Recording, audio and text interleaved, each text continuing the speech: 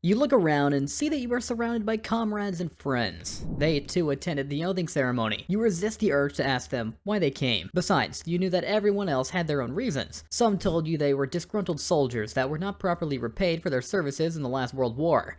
Some hated the fact that in a few years, you would become slaves and branded squatters in their own lands. Lands which their grandparents freely lived and moved in. Why were you here? It didn't matter why you were there. It only mattered that you were there. You don't know this yet, but this secret oath you are taking, these comrades you are meeting, will soon transform into a deadly rebel unit. You will soon get involved with one of the bloodiest uprisings in colonial Africa. You will take the forests. You will make weapons from junk. You will ambush, trick, and massacre. You will kill the settlers. You will kill the damned collaborators. Many will call you terrorists, savages with bloodthirsty intent corrupting their hearts and malice corrupting their minds. Others will call you revolutionaries, men who sacrifice their soul, livelihoods, and lives for a purpose greater than them. Freedom fighters. Either way, regardless of what they will soon call you, your name will be stated with reverence. It will be marked in history, for better or for worse. Yet, in this very moment, all they can call you is desperate, because you were willing to do whatever it took to rid yourself of the imperial yoke. Now, the tone of the opening might lead you to believe that this is a story of revolution and beating the claws of imperialism. A story about a group of brave revolutionaries that fought valiantly against their colonial masters, and against all odds, won. The classic underdog story. In truth, this is not one of those tales. The story of the Mau Mau is about one of the most brutal suppressions of revolt in modern history. Brutal in its execution and its effectiveness. By the end of the Mau Mau Rebellion, the revolt had lost up to 20,000 men, 57% of its whole force. Yet, a few years later, mostly due to the pressure, destabilization, and strife caused by the Mau Mau, Kenya gained independence under a new constitution. That is what is so fascinating about the Mau Mau uprising. For a revolt that was largely unsuccessful in the short term, its long-term consequences were far-reaching. But, to understand the story of the Mau Mau, one must first understand the story of colonialism and British imperialism from its inception until that point. In 1878, dozens of men stood around a map. It was a map of a continent with thousands of years of history, a continent where millions of people lived, where hundreds of languages were spoken by hundreds of different and diverse ethnicities.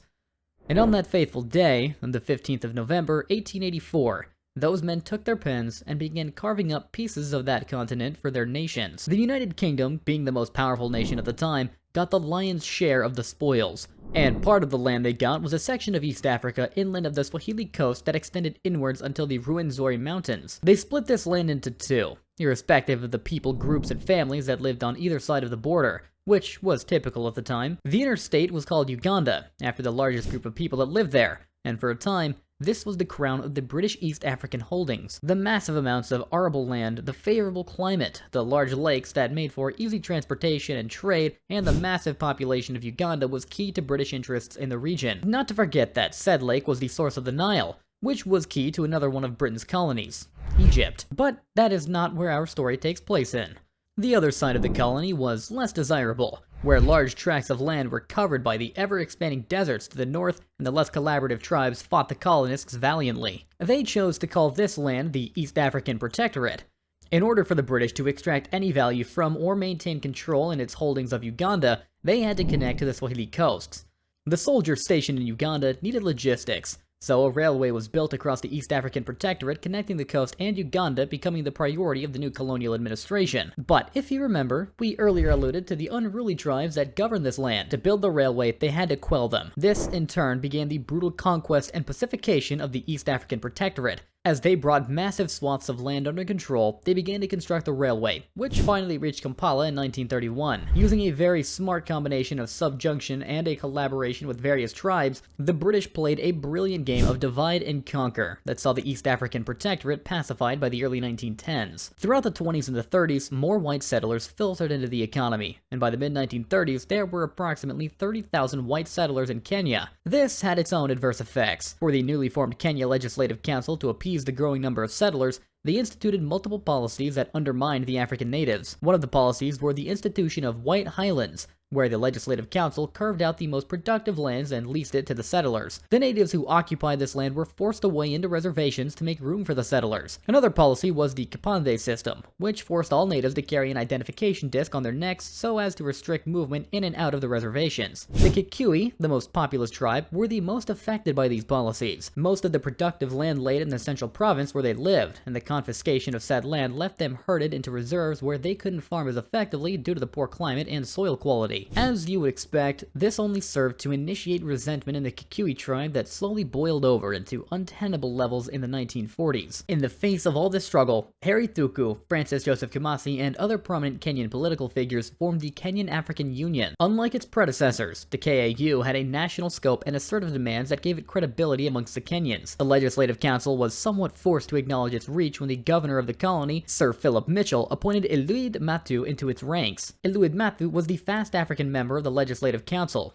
which was shocking considering the council had existed in Kenya for 37 years. Chief among the KAU's objective was to advance African interests, constitutional reforms, and fight for better living and working conditions for Africans, and that began with the pesky issue of the Kipande. Within a year of its formation, its chosen candidate, Eliud Matu, had repealed the Kipande system. This began to alienate the Legislative Council to the party, which oddly shared cordial relations in the beginning. It didn't help when Governor Mitchell appointed a second African to the council, much to their annoyance. The alienation grew further when Jomo Kenyatta took power of the party. The Legislative Council considered Harry Thuku a moderate who never campaigned for more than better living conditions for Africans. Jomo Kenyatta, on the other hand, was a known radical after spending the better part of his adulthood in England campaigning for independence. The council considered him a nationalist, and it didn't help that in the growing calls for independence, many in Kenya saw him as the natural leader. Under Jomo Kenyatta, the KAU began making a tougher stance in their demands for the abolishment of taxes only designed for Africans, free and compulsory education for Africans, expanded representation at the Legislative Council, better pay and better working conditions, the return of alienated lands, issuance of the title deeds to Africans, respect of African culture, compensation of African ex-soldiers, and an end of racial discrimination and release of political prisoners. In 1951, as the tension between Jomo Kenyatta's KAU and the Legislative Council reached a breaking point, he went on to brazenly demand an end to colonial rule and independence within 3 years.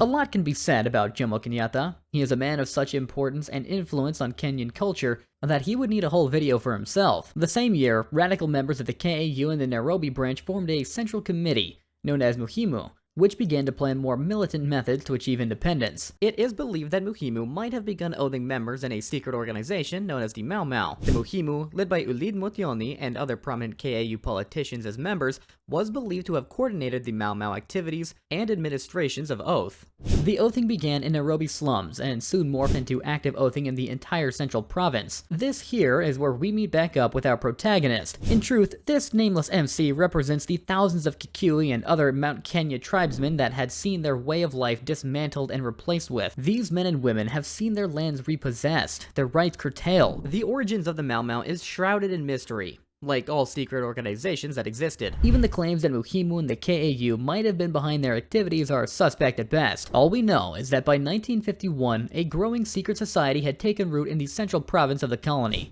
At first, it was relatively harmless. Most of their activities seemed to be oath-taking and recruitment, but soon, things got murky. The active members of the Mau Mau consisted of disgruntled soldiers, trade unionists that were unsatisfied with KAU, slum dwellers in the capital, and squatters. As the KAU and the Legislative Council continued to stall in concessions, the Mau Mau grew more radical and aggressive, and began to increase their oathing in the Kikuyu tribe. Restrictions barring women and children were lifted.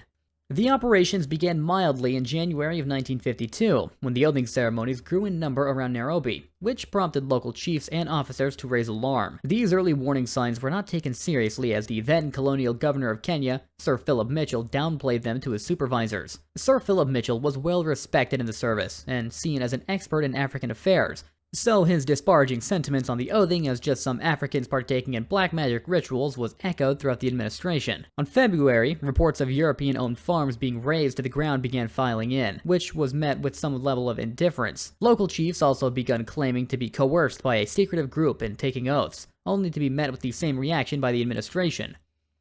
These earlier reactions to a growing resistance might seem careless and complacent in hindsight, but you ought to remember that this was not uncommon in colonies across the continent. The British administration tended to react to those claims and reports how they normally did, since they were strained for resources and logistics, and overreacting to every small disturbance would have drained them. This was a few years after the Second World War, and the struggling country barely kept up with its internal economy, let alone its colonial empire. But in May, things took a turn.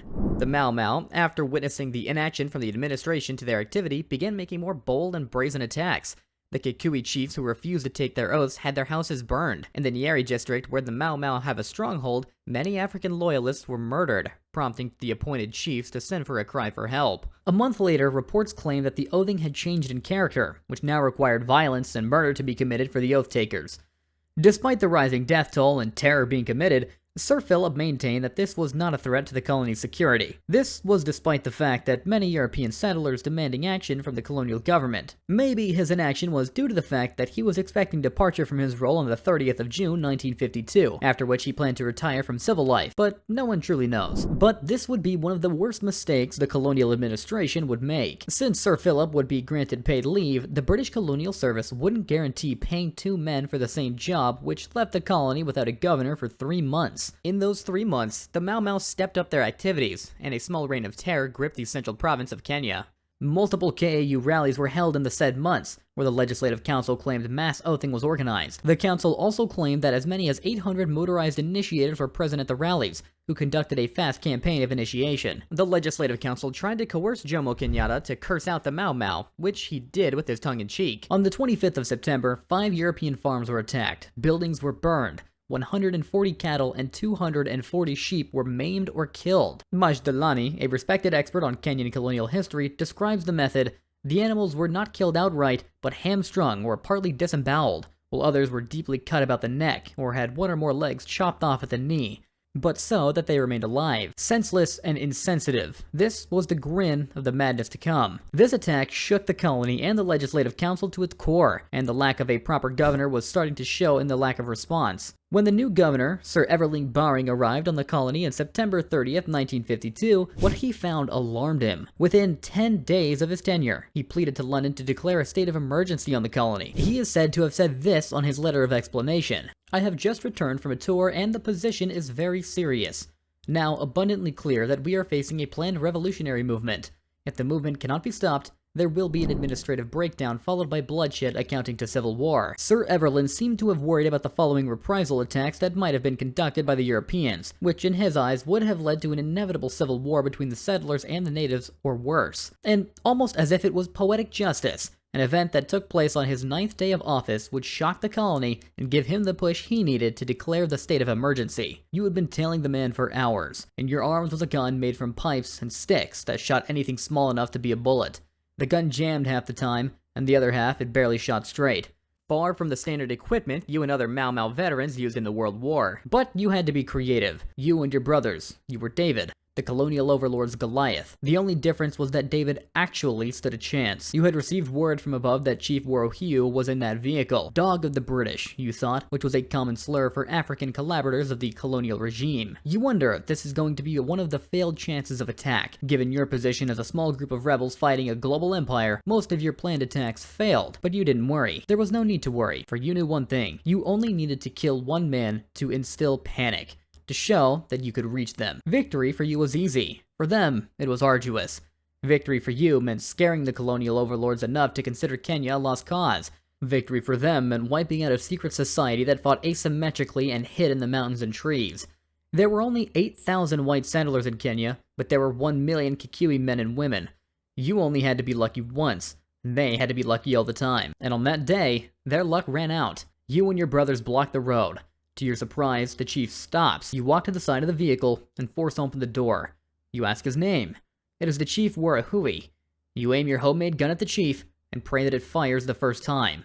Then, you press the trigger. In truth, the assassination of Chief Worohui was never solved. All that was known was that an unknown gunman tailed him for hours before blocking his car and assassinating him. The facts of his assassination are still unclear to this day, considering the fact that it took place 7 kilometers away from the colonial capital in Nairobi.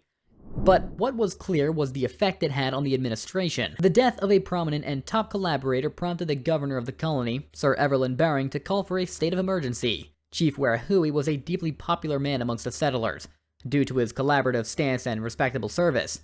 His death was seen as a cowardice and savage attack, and feelings of vengeance were in the air when his death was confirmed. 2 weeks later, his request was granted, and he went on to make sweeping changes to the laws of the colony.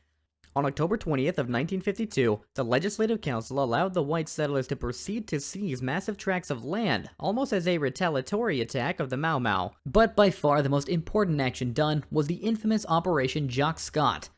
The operation aimed to decapitate the Mau Mau by the head by capturing the perceived leadership of the organization. Under the cover of darkness that evening, the battalion headquarters and one company of the 1st Battalion, Lancashire Fusileers, were flown into Nairobi from the Suez Canal zone and proceeded the arrest and roundup of all persons believed to be leaders of the Mau Mau movement, including Jomo Kenyatta and most of the top leadership of KAU. Sources vary as to the number of arrests actually made that night, though Governor Baring had signed 183 arrest and detention warrants. By dawn, somewhere between 83 and 112 arrests had been made. The 6 of the most prominent arrests were the KAU leadership, that were collectively known as the Kapenguria Six, named after the infamous mock trails in a town called Kapenguria. We will discuss the importance and significance of these men and the trails in the next video.